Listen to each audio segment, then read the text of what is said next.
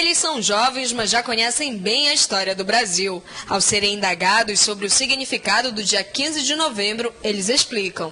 Foi o dia histórico que foi marcado pela independência do Brasil. O Brasil virou uma democracia com o fim do governo de Dom Pedro II e a insatisfação da elite brasileira em geral, porque também a gente tem que ver os antecedentes, que no caso foi a Guerra do Paraguai, abolição da escravidão, e a classe que apoiava Dom Pedro II ficou insatisfeita com ele por causa dos danos que foram causados com a independência, com a libertação dos escravos, no caso.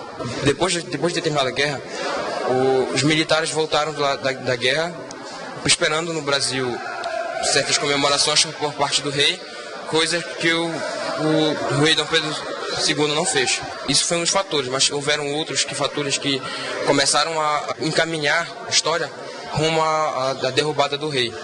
Para muitas pessoas, as datas comemorativas são lembradas apenas como feriados, mas são bem mais que isso. A Proclamação da República, por exemplo, comemorada no dia 15 de novembro, foi um divisor de águas para o Brasil. O Brasil vai deixar de ser imperial. A figura do Dom Pedro II como o imperador do Brasil, como monarca no Brasil, ele sai de cena, sai de contexto, e o Brasil vai viver uma nova realidade. Que realidade é essa agora? O Brasil vai viver uma realidade politicamente, um país descentralizado, um país federalista nesse caso, com maior autonomia para os estados. Então isso nesse momento é muito importante no cenário brasileiro.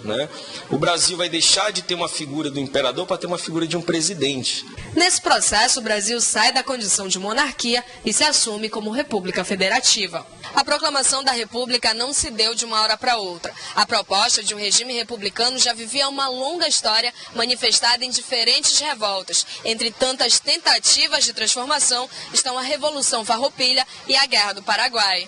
Os militares, na verdade, eles vão passar a reivindicar maiores direitos políticos no Brasil, maior participação política no Brasil, pós-Guerra do Paraguai.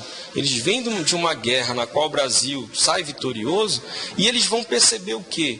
Que existiam coisas que eram necessárias mudar no Brasil. Então eles vão ser influenciados por ideias positivistas naquele momento, positivismo em alto, Augusto Conte, e a partir dessas ideias positivistas eles vão começar a pensar em mudanças para o Brasil. Alcançar o regime republicano não foi tarefa fácil. Este foi um processo sem participação popular. Tanto que quando a população soube foi um susto, pois não estava familiarizada com esse processo, o que resultou em uma quebra de identidade.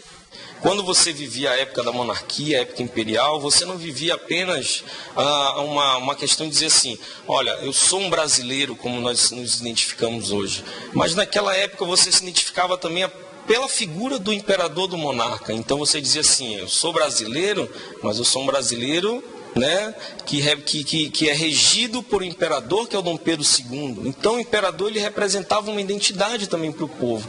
Isso é tão importante, tão sério nesse processo da proclamação da República, que no momento em que a proclamação é feita, que o Dom Pedro que é anunciado para o Dom Pedro que o Brasil não seria mais uma monarquia, esse processo ele tem que ser feito às escondidas. O Dom Pedro é retirado do Brasil na madrugada, justamente para evitar o quê? Para evitar as manifestações da população mais pobre. A realidade que vivemos hoje é fruto da proclamação que se deu no dia 15 de novembro de 1889. De lá para cá, foram muitas as lutas e também as conquistas.